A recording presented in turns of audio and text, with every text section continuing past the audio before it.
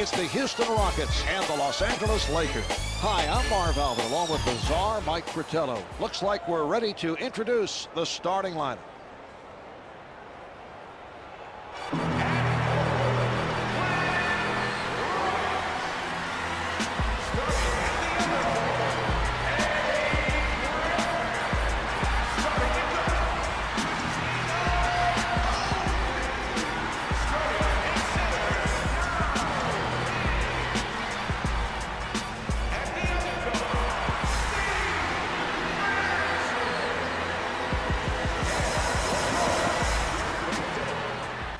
Hey, how's it going? And welcome back to the Legends Debut series on BCG. Now, as you saw from the title, and as you can see from the video, this is Yao Ming's debut in NBA Live 2004. He wasn't in Live 2003 as a rookie, and I mentioned this in the Carmelo Anthony video, and I didn't know why, so I actually looked it up, and there was a bit of a spat between Yao Ming, the Houston Rockets, and the CBA, the Chinese Basketball Association, and it pretty much centered around Wang Zuzu. I'm not sure. Wang Zuzu was the first Chinese player in the NBA, and Wang did not, or Wang, I don't know how to pronounce this, W-A-N-G. I'm not sure if it's Wang. Well, let's just call it Wang for the hell of it. Wang did not return back to China to participate in for the Chinese national team. Instead, he stayed in America for some summer league games, and that upset Chinese basketball somehow, and they would not release Yao so he could be signed with the Rockets. So there was a big delay, and Yao did not sign with the Rockets until very late in the preseason of his rookie campaign. Now, what this meant was, you got to keep in mind, where in 2003, when this game came out, so there wasn't a whole bunch of once the game was shipped, that was it, essentially. You know what I mean? You had some online connectivity and all that, but you didn't have a whole lot of those options. So if the game was shipped without a particular rookie or something of that nature, that was it. The title just did not have him. So that applied with Yao in NBA Live 2003. So in Live 2004, that was actually his debut. Now, that was kind of weird, but kind of good in a sense, because Live 2003 was a pretty crappy game. Live 2004, much better game. So we get to do the video in Live 2004 for Yao, whereas, Live 2003 wouldn't have been that much fun. But let's talk about Yao as a rookie and the impact he had, and ultimately some decisions that the Rockets made that would hinder him in the rest of his career. So that the Rockets, they obviously got the #1 pick in the draft that year, and the selection came down to Yao and Jay Williams out of Duke. And Jay Williams was considered a once-in-a-generation point guard, and he could well have been. But obviously the motorcycle accident really took away his career. He had some comeback attempts, but now he's an analyst on ESPN for college basketball. But the pick was relatively easy, because you have to take in consideration the financial aspect involved with all this. And Yao Ming, huge Chinese basketball star, and you're not even just talking necessarily about the market that you're opening up with China becoming Houston Rockets fans, but a lot of Asian Americans identified with him. So, and there was an interesting thing when Yao was voted into the All-Star game. He was voted into the All-Star game a couple of times over Shaq, which was incredible. But the big reason that he got in wasn't because of Chinese votes. It was because of Asian Americans at games were voting. Because when it came down to the online voting, Shaq was ahead of him.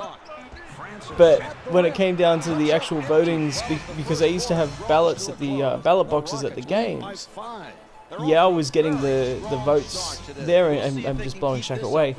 So it's kind of an easy decision. Like, even though you want to compare, say, Jay Williams, what he could have been, potentially could have been better than Yao. I mean, Yao didn't have a stellar career in the NBA. He had a very impactful career. He was an all-star based on his popularity, but he never dominated the league. Fantastic player, don't get me wrong. Just like that shot, fantastic shot by Kobe. He looked like he traveled there too. But Jay Williams could have been something really special, but also taking into account the Rockets roster as well, they did have Stevie Francis, who was playing that position, but was never really a true point guard. And you saw that when they got Jeff Van Gundy, the struggles that they had because they started to run the offense through Yao. But that really took away from Francis's game. Now, had you drafted Jay Williams, who was a better pure point guard, that would have had to shift Francis over to an off-the-ball position role where he'd be essentially the 2 guard, even though he's only 6'1", 6'2", and that would have just spelled disaster. So Yao was drafted by the Rockets. They immediately jumped up to 43 wins. Yeah, I confess I looked that up on Basketball Reference before I did this video. But after that, they made the playoffs with Jeff Van Gundy, but then they traded Francis and Mobley, I believe it was, for Tracy McGrady. But they went from running an offense through Francis to Yao to T-Mac in a spate of 3 years, and it's hard to sort of keep up with that, especially if you're a guy like Yao. He's very new in the league, because Yao is rookie year, Francis is still running the show. His second year, now the ball's going through him. Third year, now it's got to go back through T-Mac. That's a lot of adjustments, and it didn't really help him get comfortable within the NBA. Yao could have dominated, and that's the disappointing thing. He had all the tools to dominate.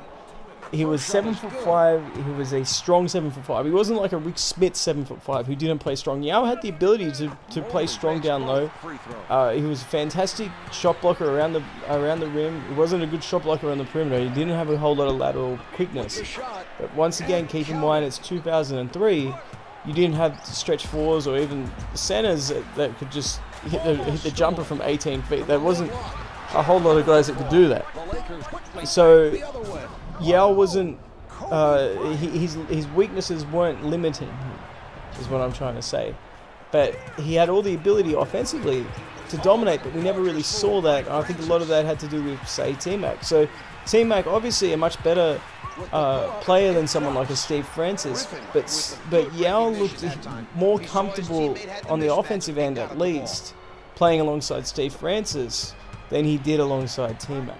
So that's something interesting that you got to take into account when you're watching basketball. It's not always, whether a player is, lining up the best players that can score the basketball. It's how many players can make other people better. And obviously, I don't want to ramble on too much with this, but I went with the Lakers for this. Now, this is the Lakers when they had just picked up Gary Payton and Karl Malone. They were tough, and I was a little bit worried, especially after the Nuggets video where I couldn't beat the Knicks. I lost to them in overtime. I was thinking, I'm going to get destroyed here by the Lakers, because in this game, you had Payton, who was still a good player. You still had Malone, who was still a good player. Obviously, Kobe was fantastic, as was Shaq. And you had Rick Fox, who was a terrific defender. I was thinking, I'm screwed here, because I've got Steve Francis, but Gary Payton was still a fairly good defender. Remember, this is the start. This is before everyone saw how this super team was going to play together. So Payton wasn't showing signs of old age, neither was Karl Malone.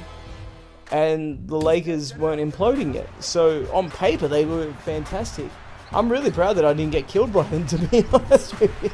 I know it's just a video game. I know I'm just playing up against the CPU. But as I said, I'm proud that I didn't get absolutely annihilated by them.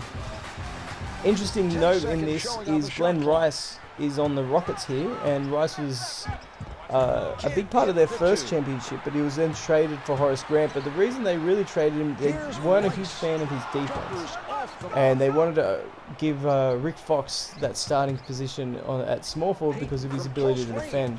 You saw what a great job he did in the next two championship runs, where he was really locking in on guys like Peja Stojakovic, for example.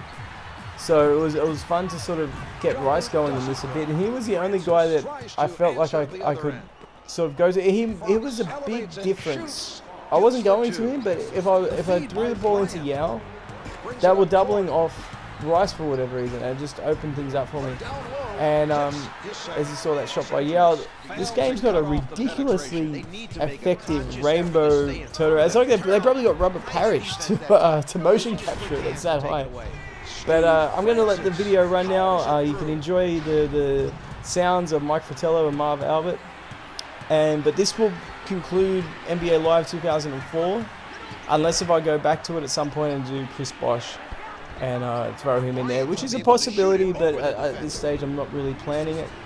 But I hope you enjoyed it. I actually thoroughly enjoyed playing Live 2004. It was a fun game. I wish I was, I wish I had played it when I was a kid, but I was only, 10 years old, so I never got around to that when I was younger.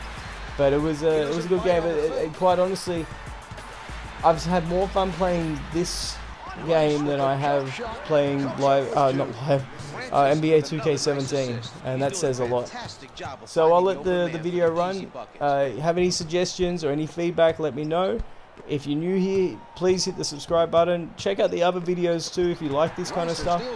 And I may be switching over to doing some NFL players soon. Aaron Rodgers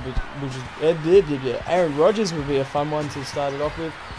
But I'll probably start off with Payton Manning, Tom Brady. I'm not sure when Tom Brady would actually be in Madden. That'd be an interesting question because he was a third stringer for a while. And he was a very late draft pick. So he may not have made the roster in a couple of those years. At least the Madden roster. Anyway, I'm talking about Tom Brady in a Yao Ming video. So that's my cue to shut up and let you guys watch the video. Have fun and I'll see you guys in the next video. No good from downtown. The delivery by Mobley. First thing he does when he gets the ball is look down court. He spotted the man out in front and hit him with a nice feed. Less than 24 now. The shot clock is turned off. Payton with Griffin is really feeling it defensively. That block should send the message to the other team. Dunks it with both hands. Coutinho Mobley. 12 seconds to play in the quarter. Good move by Bryant. Bryant with a great concentration. He knew the contact was coming and compensated for it to make the shot. Down to 5 in the quarter. Can't hit from downtown. And here we have the end of the third quarter. The Rockets lead by 9. This is a close one with only 1 quarter left to play. It should be an exciting finish.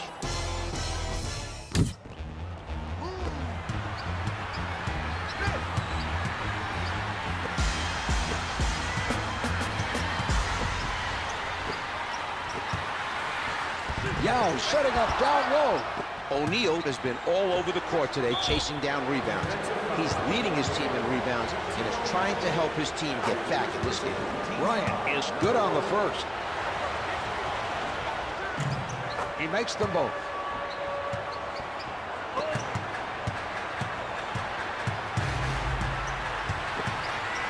He puts one up. 2 points from in the key. Francis is really seeing the court well tonight. He's doing a great job of setting up his teammates.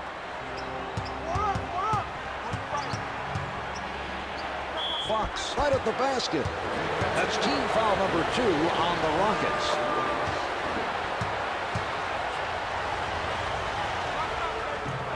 Rice has his first rebound of the game. The spin. Francis covered by Payton.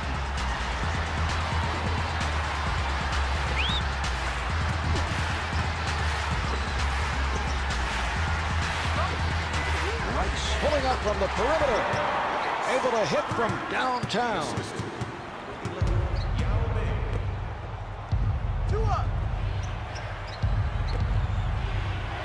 From the post. Misses the hook shot. The Rockets are doing a much better job than the other team of chasing down rebounds.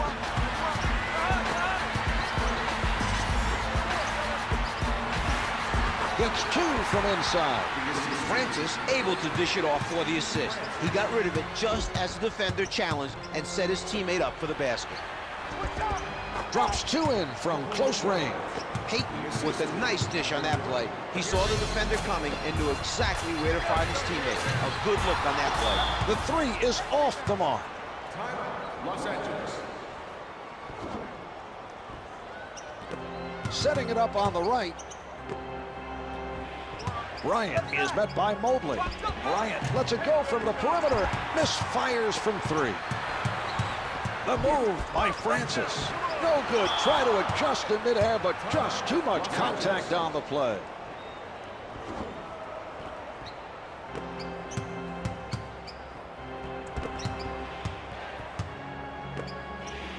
Fox, bothered by Rice.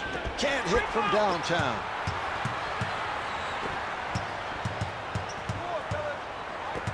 Mobley gets into the paint.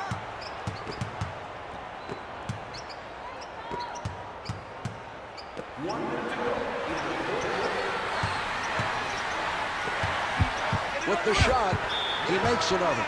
It will take a miracle finish to get the win. Anything can happen. A three here will get it closer.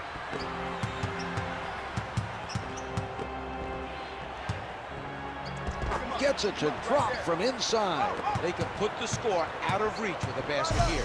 What a move by Francis.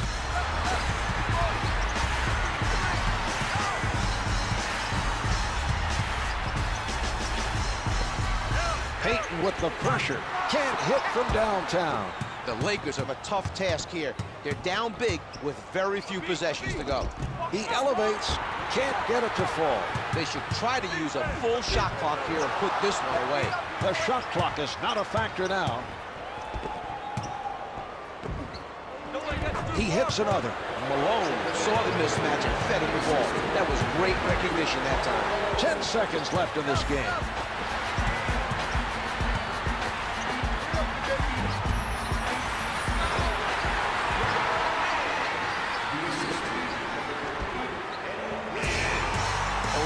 Not able to answer at the other end. There's the horn, and that's the game. The Rockets take this one with a nice effort on the offensive end. Here is tonight's player of the game. It's a new year. Double O phone. Let's go. I'm so full, ready to explode. Let the whole world know ain't nobody live like me. Stay above the rim like Kobe and that purple and gold. And ain't nobody live like I'm so full, ready to explode. Here are the stats for tonight's game.